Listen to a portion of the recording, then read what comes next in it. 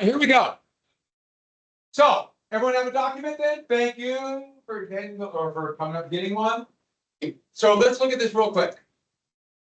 DBQ, dropping an atomic bomb. So you look down, evaluate the following quotation. Does everyone see that? That is your question. That is your question. Does everyone see that? I know one of you will answer something totally different. We're not answering the question. You're just answering the dropping of the atomic bomb. But now you won't. So good for you. Why is everyone just sitting?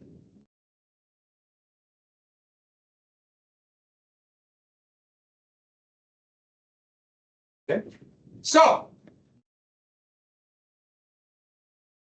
you know, the United States decision to drop an atomic bomb on Hiroshima was a diplomatic measure calculated to intimidate the Soviet Union in the post-Second World War era. What war do we call that?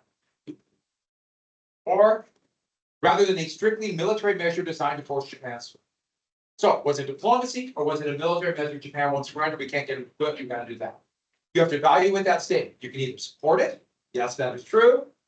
You can disagree. No, it was not to intimidate the Soviets. It was to force military surrender. Or both. It was both to force Soviets or to force Japan's surrender and a diplomatic measure against the Soviet Union. So you have to address the Soviet Union and Japan's military situation in your thesis statement. And then you need an A and a B. You got a blueprint with subtopics that you will use for your topic sentences for your body paragraphs. So this one, for the same reason, for time reasons, this will be a 4-paragraph essay. You have 7 documents. You have 7 or 8? We have 8. Give me 8 documents. You have to use 4. Lots of good documents. So if you don't like it, throw it out. Use 4 documents, 2 per body paragraph. How many quotes can you use? None. No quotes at all. Do not quote your documents. I've said that many times. It's in the statement. You quote your documents. You're just copying. So you're telling the person reading it you don't understand what's in the documents, or you're just copying over. I know that's different than other classes. This is a different class. You just got to adapt, right? 2 of the documents. Remember, you have to use that additional analysis they call HAP. Blank believes this, Stimson believes this because of some historical event, audience, purpose, or point of view. 2 of those documents. Got that? We're good? Now, you can write on this, you can annotate it, you can underline it. Everyone got that? But when you come in tomorrow, you have to do 2 things. And this is where I want you to go through the process of it, the timing of it, do with the time. And you're going to have to be quick and efficient when you do the AP exam. Most of you are taking it. So you have to write your outline again. You must do the outline and show thesis, your body paragraphs, what your outside information, and the documents you're going to use. Which one you can use HAP for? Show that in your thesis, but you have to have one more thing. Before you do that, I want you to make a brainstorm. So, single years.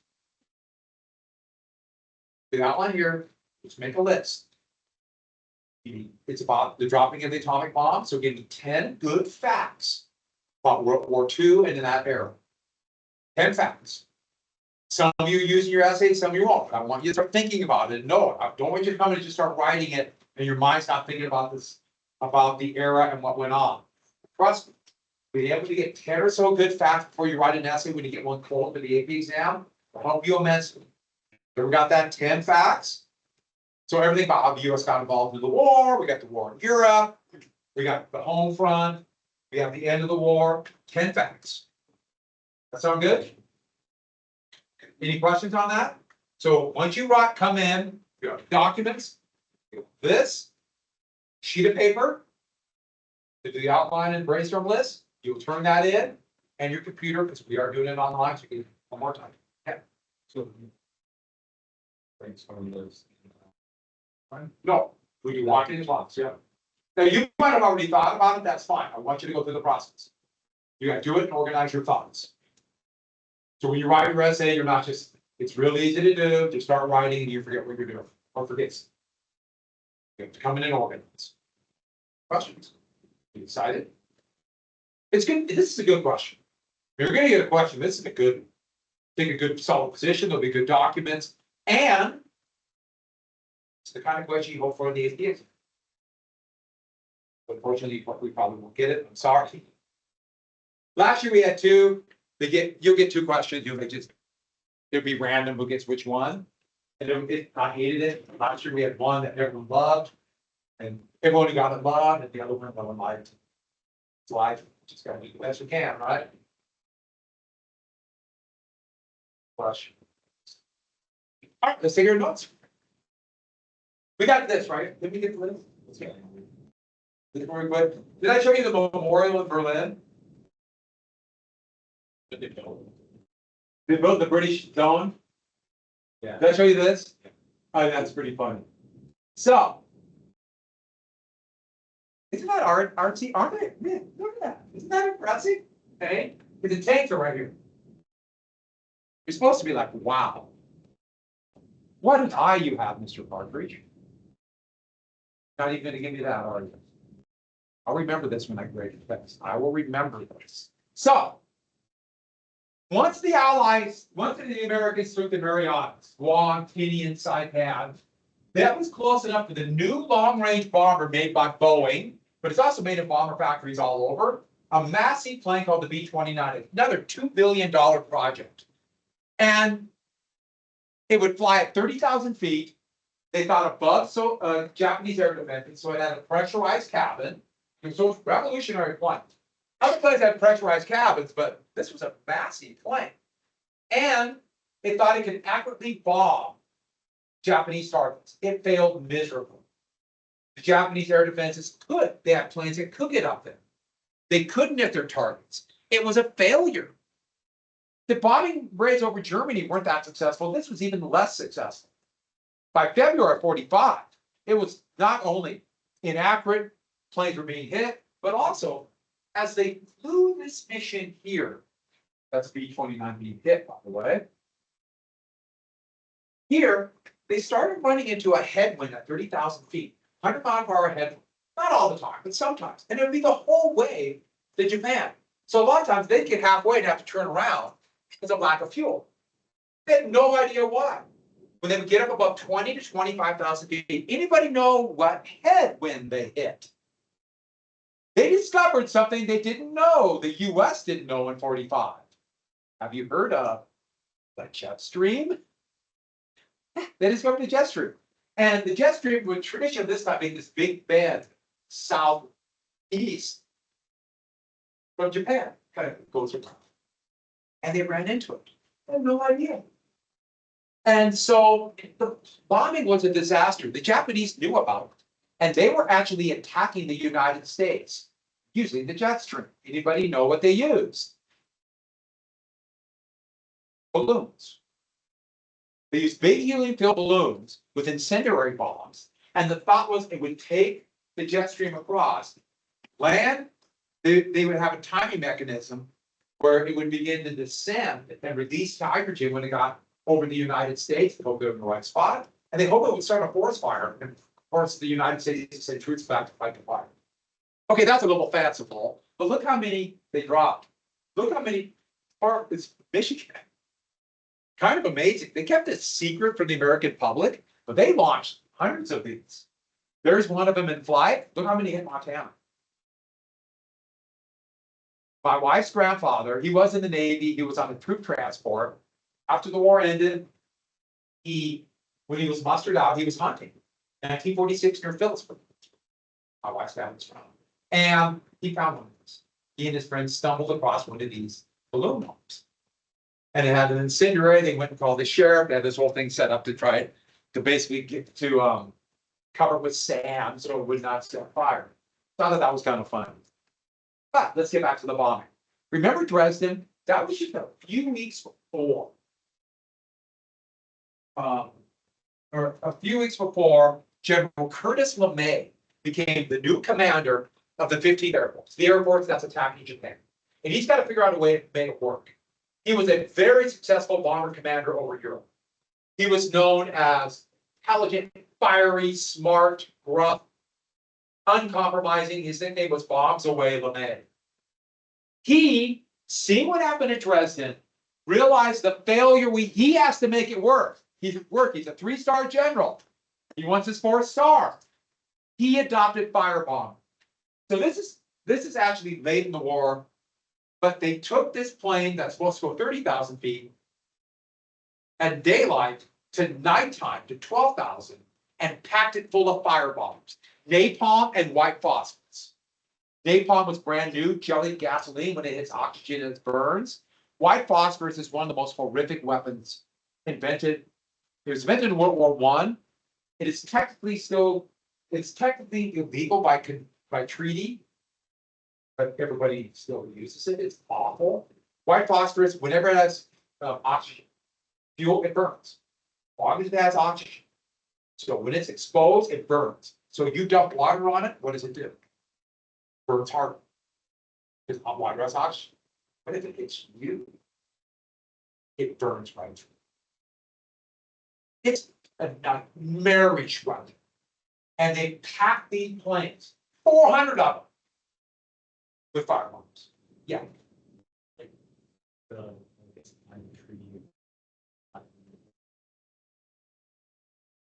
They just changed that from it actually came about after the Cold War. Because both sides didn't want to limit themselves to chemical and biological weapons. So like they just renamed white phosphorus to fuel air ammunition. It's horrific one. Awful. It's used all the time in Ukraine. But back to this. On the night of the 9th and the 10th, then, they did a massive raid on Tokyo. Firebomb. Now, Tokyo, the residential areas, hey, they're bombing at night. They couldn't hit anything at night. So they're just going to try to kill as many people as possible. That's a strategy. Area bombing, it's called. Just put as many bombs as possible. Homes in Tokyo, most of the residential homes have really thick foundations, really thick structures, wooden roofs, but the walls are wax paper.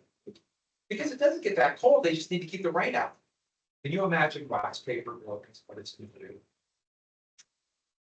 Just they started bombing Tokyo. The first planes carried high explosive bombs to create rubble for fire, and then they started bombing at night.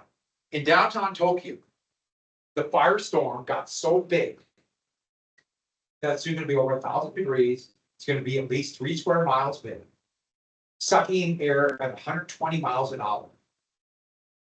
If civilians weren't burnt alive, they were asphyxiated in their shelters. It was a death like no one had ever seen. In one night, we don't know exactly how many, between 100 and 120,000 Japanese civilians. Most of them, of course, were non-combatants, children, elderly, women, kids. Everyone got that? 120,000 in one night. By the way, what happened to LeMay when they found out they killed so many women, children, non-combatants? He got his 4th star. And they started firebombing every Japanese city they could. The only reason they didn't firebomb more is because they would have to build up firebombs to do it again. Then they use them all and then wait till they got more for the United States. One by one by one, all the way to the end of the war. They started firebombing the city. Yes. So this one, is it just? Well, Britain is at war. Remember, they took British colonies too. Yeah. And that means Australia's at war with them, New Zealand, India, because they're all British colonies or dominions. And Canada's in it, but Canada's a lot smaller country, so they have most of the forces in Europe. The Canada would participate and the French. But it's mostly US forces. Yeah.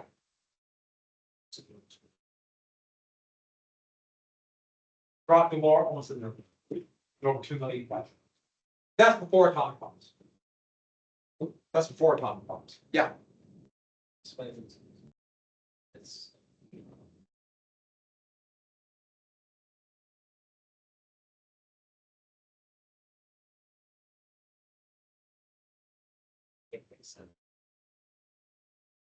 Like the US one of the. Unconditional and unconditional, yeah, so like, if they had, they gave the condition. The government. We'll get to that, but you're on the right track, yeah. Yeah, you're on the right track. So those are two pictures. I know you forget one word, I do that too all the time. One is Hiroshima after the atomic bomb, one's Tokyo after the firebomb, which is Tokyo.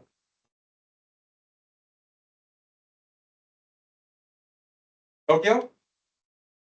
Tokyo? Tokyo. The destruction is kind of unreal.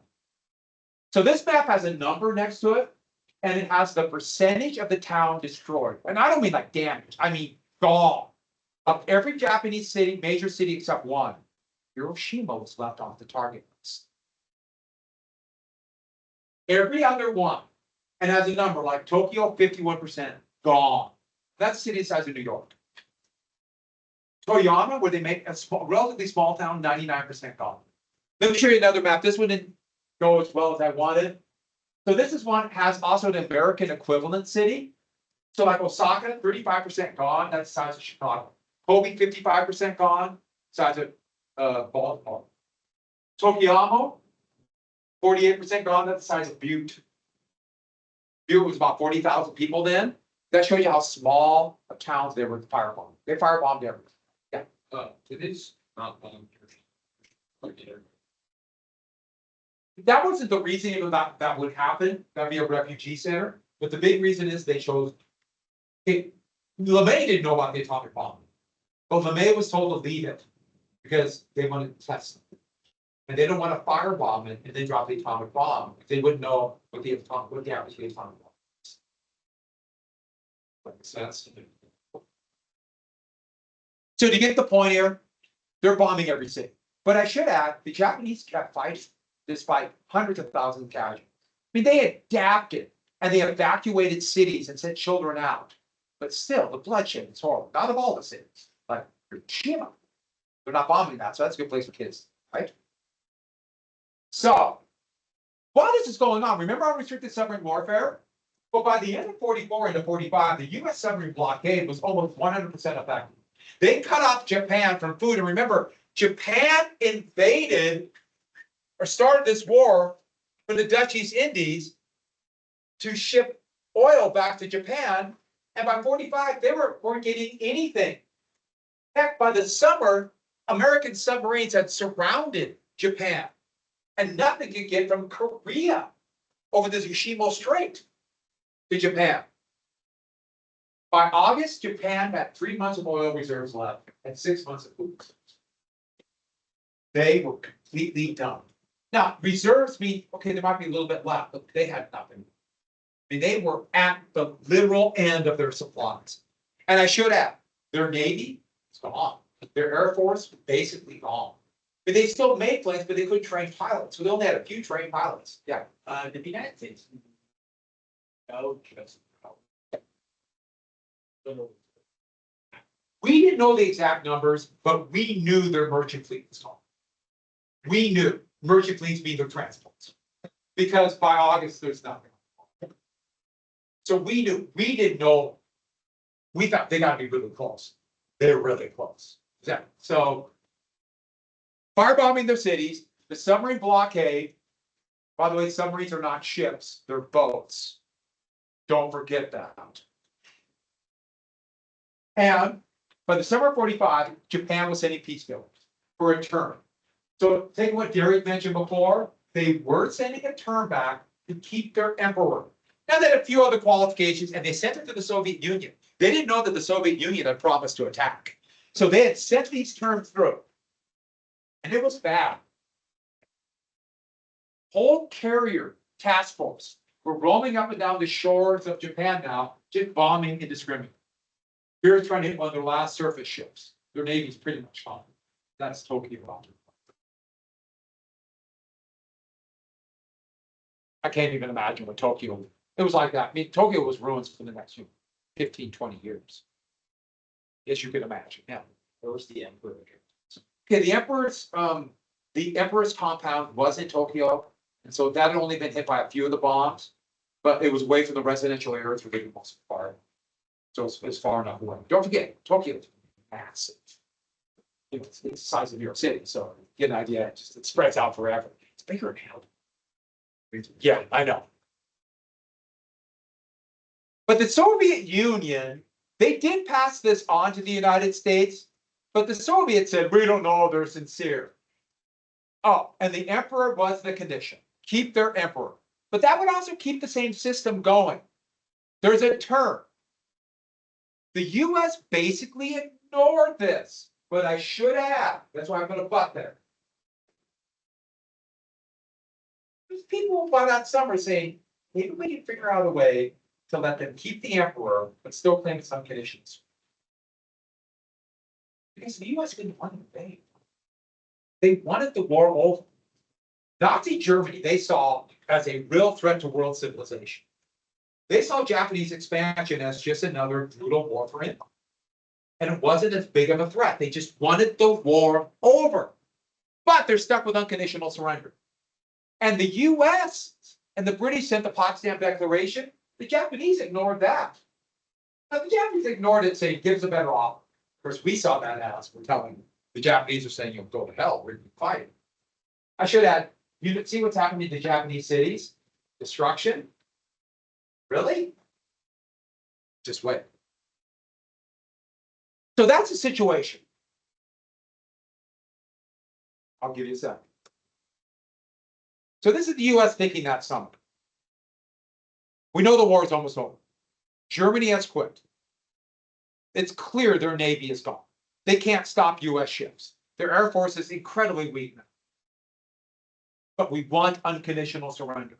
And part of the reason is they won't quit. We're dealing with a beast. They're a beast that won't quit. How do we know they're a beast? Remember all those things I told you before. The treatment of POWs. Kamikaze, those suicide bombers. They fight to the end. They would not surrender. Even though a lot did surrender to Okinawa for the first time. And there was a racial element. Their inferior racial. You would not have believed, I don't like showing them, the blatantly racist propaganda against Japan. And the horrible caricatures. I showed you some of the kind of toned down ones from the Russo-Japanese War. Of course, the Japanese had the same problem. This was a leaflet telling Japanese cities to Japanese civilians, surrender or we'll keep firebombing. Yeah. Really, really racist. Life is complex, isn't it? So, and then remember Iwo Jima and Okinawa. Is that going to be what fighting on Japan will be like? The first plan was to attack the southernmost island called Kyushu, right here. And Truman was told, best case scenario, 31,000 US casualties. Now, that's Okinawa's size. And they underestimated Okinawa. That's just a southern island. The thought was if we take that, they have to surrender. Then there'll be plans if we got to do the main island of Honshu, if we have to. But then one more thing. Truman would later exaggerate this to say, I was told 1 million casualties. He was not told 1 million casualties. Why would Truman say he saved 1 million Americans from being killed or wounded? Yeah, I know that. Justify the bomb. People are biased. Sometimes they say things that aren't necessarily true to make them or their decisions look better. The only person you'll ever meet who's not biased is me. I am completely unbiased. By the way, if anyone ever says that they're unbiased, they're probably the most biased person.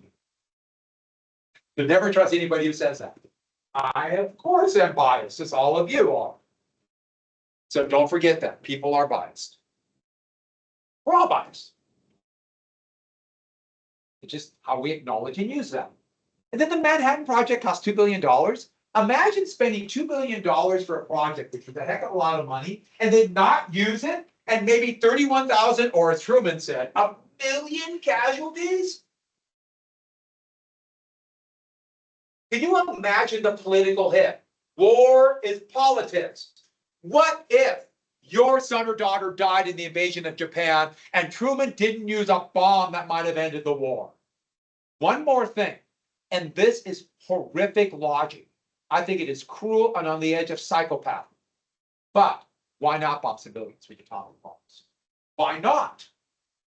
Because what is the United States already doing to civilians before they ever drop the atomic bomb? Firebombing civilians and burning them alive. That's why I showed you that picture of Hiroshima and Tokyo. We're already doing it. What is the difference? That summer, when like head of the U.S. Army Air Force, General Arnold, and other planners were sitting there, General George Marshall, the chief of the U.S. General Staff, are going, are we going to use this weapons as one of the many weapons? Why not? We're killing thousands of civilians right now. What's the difference with an atomic bomb killing thousands of civilians? Now, all it takes is a little bit of imagination and thought. We realize a huge difference. But to their planners, are you crazy? Of course we're going to use it. Yeah, absolutely. No, we're afraid of the suicide bomb. I'm saying that it's how I was in money paid. No, it's suicide bombers. They're afraid of Japanese kids strapping bombs on and running under the tanks. They were afraid of every vehicle would be a suicide bomb attack. All kinds. So guerrilla, they would have kind of worried, but the big thing was massive suicide attack. And they literally have to kill every single Japanese civilian. So, yeah. And also. For the next step. The lower units take up the bomb, like it beats like millions of dollars. That is very significant. And we're going to prove anything into like the minute projects. So about $2 billion. Who do you think the families are looking for a million dollars? You're exactly right. He won it. Partner was a Yeah, it's politics. Like I said, war is politics. Yeah, that would be used against him. Oh, he used the dropping the atomic bomb as a campaign issue in 48. I made the tough decision. So back to this. Why not bomb civilians? One more thing about this. Why is it different? Okay, let's say 400 planes that go 100,000 people in Tokyo. 400 planes. It's unreal. Hiroshima was one plane, one bomb. One plane, one bomb. That's radically different. Let's take it to the next step. Imagine those 400 planes each with an atomic bomb. Changes everything, doesn't it? It goes from destruction of the city to destruction of civilization. It'll take about 400 megatons to destroy them. So that's what we're talking about. So in the height of the Cold War, the missiles in Montana could destroy them. They were just a small part of our arsenal. The missiles now would basically end the civilization. Montana. End world civilization. That's not bad. Right? It's terrible. So, the Soviets pledged to enter war on August 15th. The clock is ticking. We know Japan is near done. And don't forget, the US has feared communism. Remember bomb throwing anarchists? Do you remember the Red Scare? And Stalin's brutal purges I mentioned once before. This is not a comfortable position, especially with that. He's so bad. And there's that one. The Red Army was a dominant force. The US did not want a large peacetime army. That was out of its tradition. Seems so weird today. So, also, remember Yalta. At Yalta, they promised elections in Eastern Europe.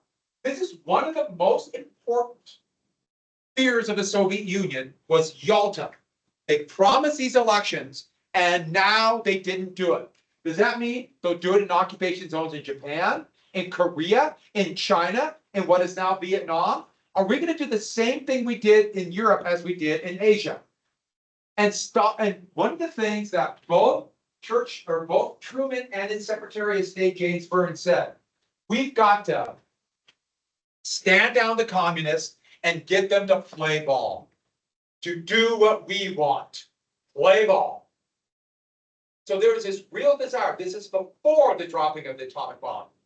And Truman was a diary writer, and his diaries are full of how angry he was at Stalin and how much he just hated that Stalin kind of held it over Truman and the Americans, that the Soviets broke the back of the German army. Yeah. So it's just So they could get some spoils of war. If everyone knew the end was imminent, why didn't they just immediately enter so they could regain? Why did they wait, whatever, 3 months and then make sure like, this is the day we're gonna do it, you guys should get things wrapped up? So two things. First off, they thought 3 months was worth it. Okay. And the secondly, they had to pull almost all their best forces from Germany And and then refit. So they couldn't attack right away. They just didn't have enough men in Siberia. But they still thought 3 months was fast. Then all of a sudden by July, they realized the war had been much faster. But that's actually a good question. Because remember what you said. You just remember that. We'll come back to it. So August 6th, yeah.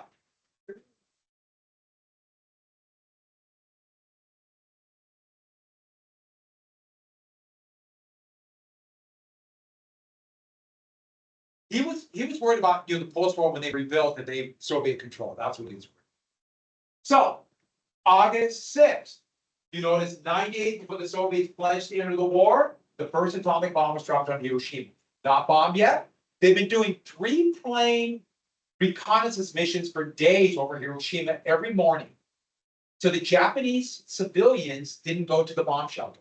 So they would be out when 3 planes, plane carrying the bomb, and 2 others flew over. They would be out of their shelters to kill them. The plane that carried the bomb was piloted by a specially trained, very experienced Colonel Paul Tibbets right here. And, that's not Tibbets, that's Stitz right here. And he named it after his mom, the Enola Gay. Named it the Enola Gay.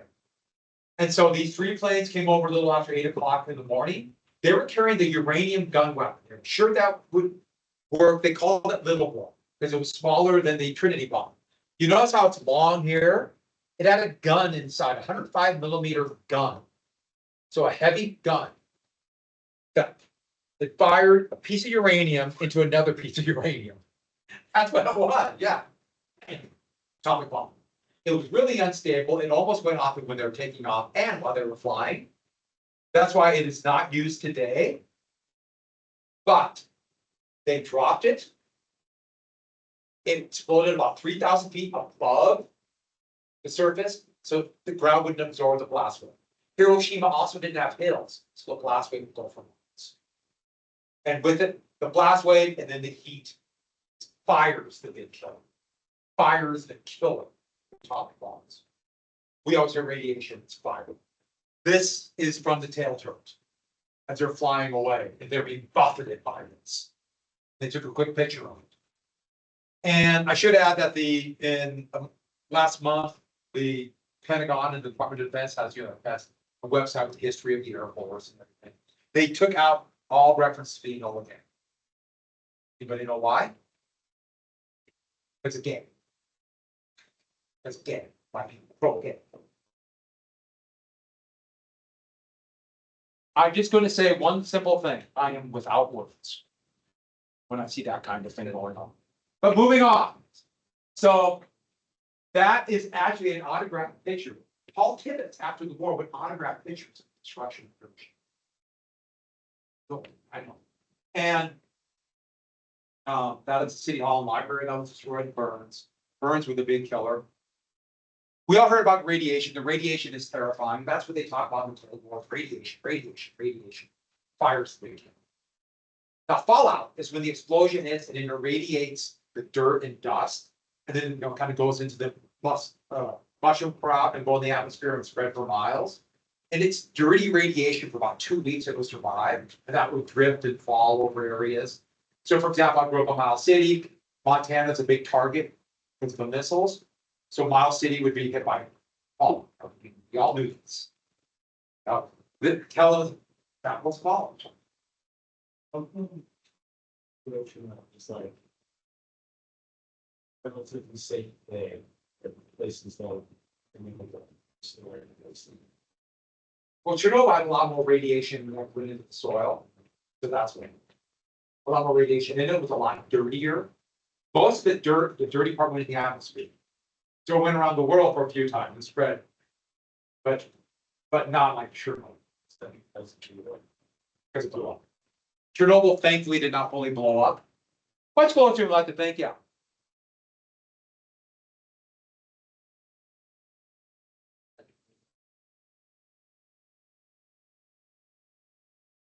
Hey, what? Like the dust from. After, so finding again. Oh, yeah. And a lot of it after.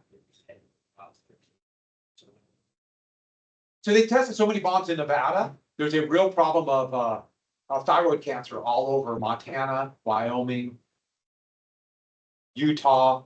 Thyroid cancer is huge because of that. Because it got for that reason. So, but the firestorm was as big as they'd ever seen. And that's looking back. The firestorm was over 1,500 degrees. It asphyxiated thousands. It burned people alive, where nothing would be left but their burnt remains, which look like these eerie shadows of people. That's all that remained. And it was 15 kilotons. 15 kilotons. Well, there's Truman there's Hiroshima right before the bombing. You see the buildings? Gone. One bomb. To give you an idea of context, you go to Missoula, or go to Great Falls, see one of the Minutemen near Elm. The Minuteman 3 ICBMs, intercontinental ballistic missiles. They're actually built to carry 3 warheads, but they only have 1 now. They have 100 kiloton. That's how big those ones. The first ones they put in Montana had 2 megaton. Billion tons. Yeah. We think that after this. Spies. There was a lot of anger, and especially occupying, but the United States allowed Japan to form its own government, and was actually very, the United States was incredibly benevolent to the Japanese after the war. That led to good feelings. And then their fear of the Soviets continued. So we protected them from the Soviets. They terrified the Soviets. There's Truman announcing the bomb, yes. Yeah.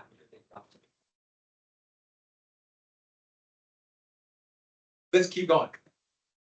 So, with that, here he is announcing, and he said it's a purely military base. It was a military base. But he says we did not want to destroy the lives of women and children and innocent civilians. This is what Truman said. No, of course they want to kill civilians. That was the goal of it. And the Soviets rushed their attack 7 days. So you asked a very good question. They attacked 7 days early because they knew what was going on. And they began the largest military operation in history. Ironically, the government in Tokyo had no idea of the extent of the damage in Hiroshima. They knew it was different, but they thought it was another firebombing raid. They weren't sure. And so it wasn't until the night of the 8th that they knew that Hiroshima was different.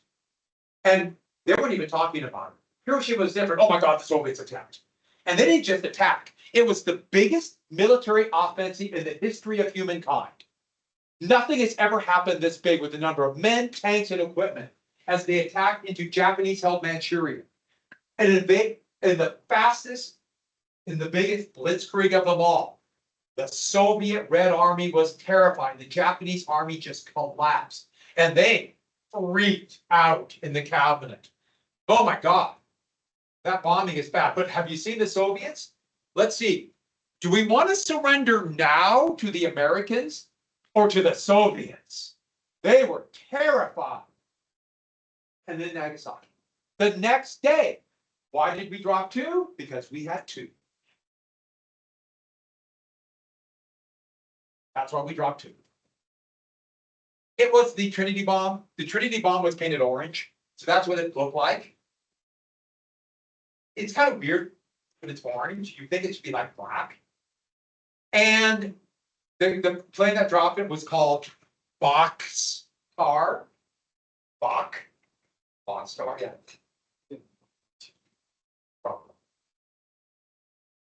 It was just exhausting.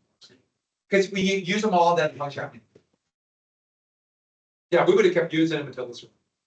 But I should have. While we did the atomic bomb, we kept firebombing cities. We didn't stop. Yeah.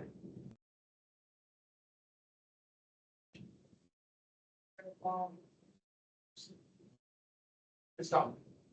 We call it super, but we call it the it literally takes on it. Hydrogen? Bigger.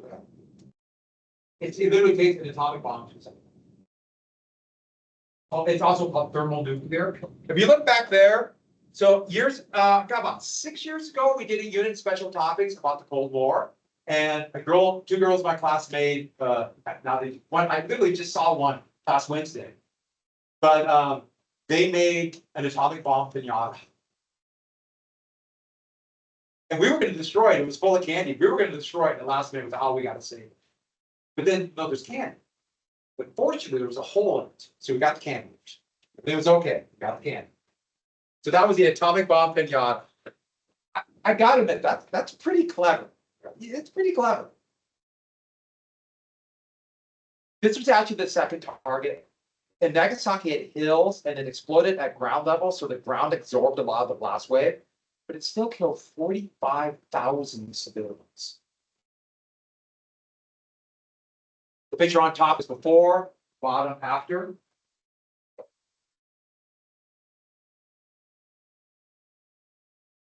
And then we kept firebombing. In fact, the last firebombing raid was on the way to Japan when they announced their surrender. It was literally on, they could see Mount Fuji, the big volcano, on the way to firebombing. So, VJ Day would happen. Now, what was bigger? The fear of the Soviets or the fear of the atomic bomb? Probably the Soviets. But when they talked on the night of the 13th of August, young officers, fanatical Bushido worshippers, tried to have a coup and overthrow the government. And the emperor, here's the emperor giving a speech where he said, we must endure the unendurable and surrender. It was the first time most Japanese civilians ever heard their emperor speak. And they announced that we must surrender. The coup died and Japan surrenders on the 14th. The 15th was the official surrender. It would be another 2 weeks before they did the formal surrender ceremony. And that is celebration in New York City, celebration in San Francisco. Okay. Up to now to the surrender. By the way, what happened to the emperor? They kept the emperor. Now they're going to have a constitutional monarchy and a constitutional democracy, very much based upon their pre-1930s government. Like Germany had their kind of kept their Weimar government, but the emperor lived until 1980 as an emperor. We allowed them to keep their emperor. Remember, that was their number one condition. That gets back. What was the reason to drop the bombs? Was it the condition? We can't have a condition. It was the Soviets. It's complex, isn't it?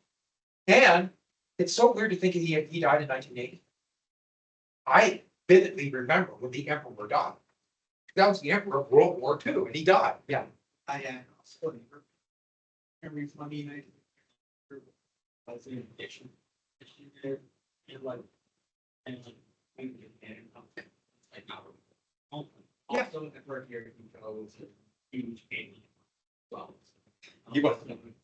Japan got me a dying without like Even though I wasn't necessarily thinking in 45 it would become, but you're right. By keeping the emperor, that kept Japan from being too angry at the United States. So that's a formal ceremony 2 weeks later on the USS Missouri, which is right next to the Arizona, which was sunk at Pearl Harbor. And these are all the sailors trying to get a view of this. The Japanese signing the surrender, and that's Douglas MacArthur accepting the surrender. I like battleships. I can't help it. It's things like that I like. I like World War II planes. I like ships. You don't have to. I like. But hey, speaking of that, we have an essay tomorrow, don't we? No, it's going to do one more thing, but let's review very quickly. Don't forget, you need an opening paragraph with context. Remember that's background, the causes, the events that led to it, a good thesis. Then here's something, do not forget this.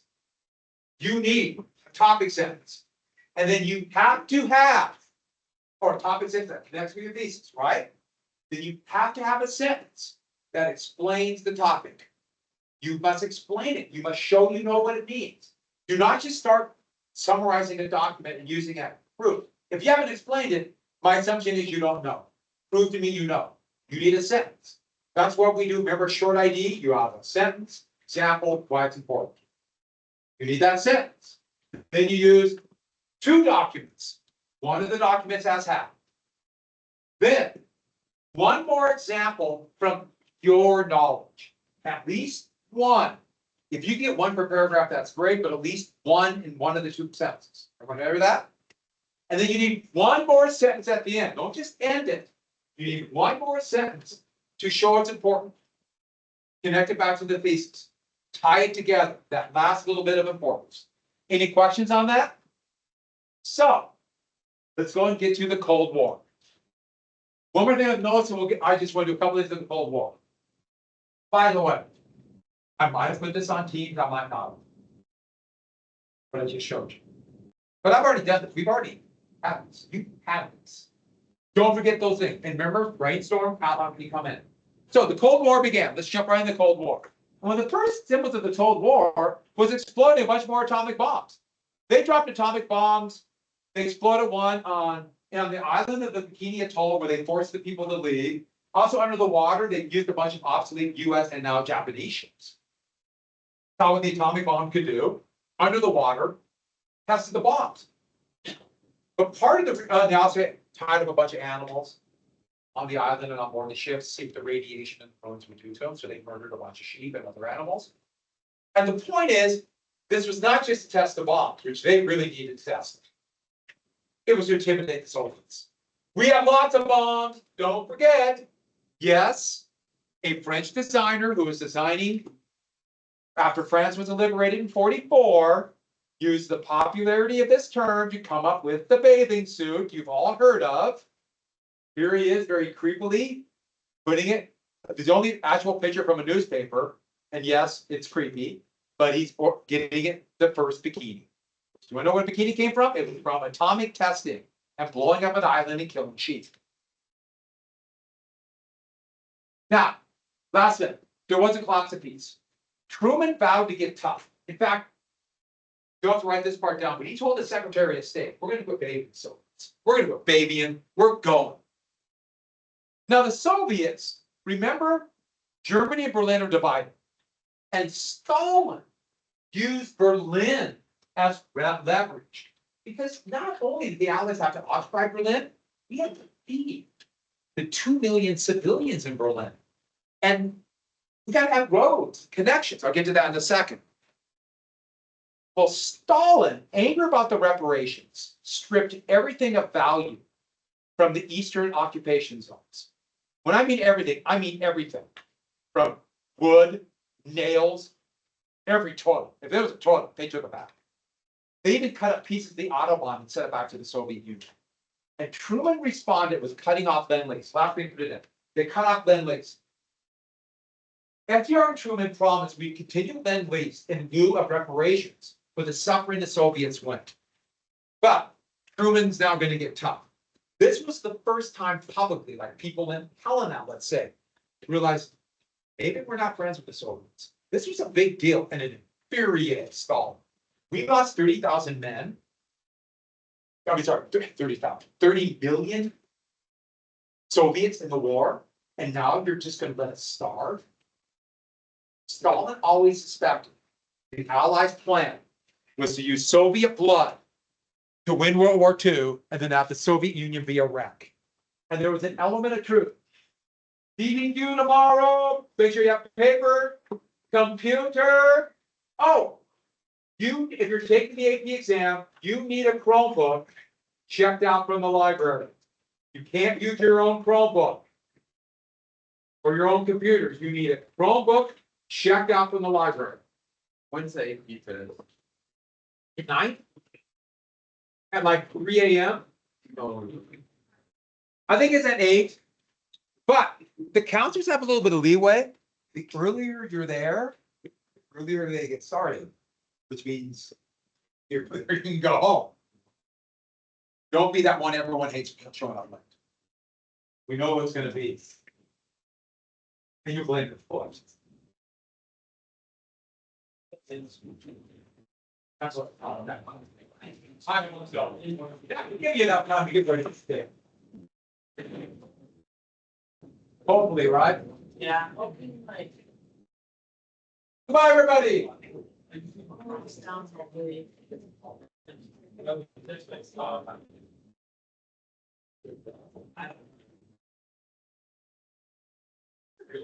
They're really, San Diego.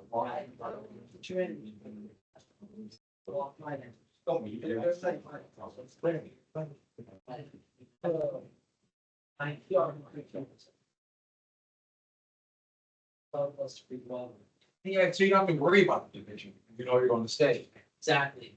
It's the stress of business, so. Yeah. Just having like, I don't think this, I mean, I mean, stay, you know you're going to stay. yeah. I mean, Great Grace got started, it's half or a foot above. That kid's great. He's good. Yeah. Been doing it a long time.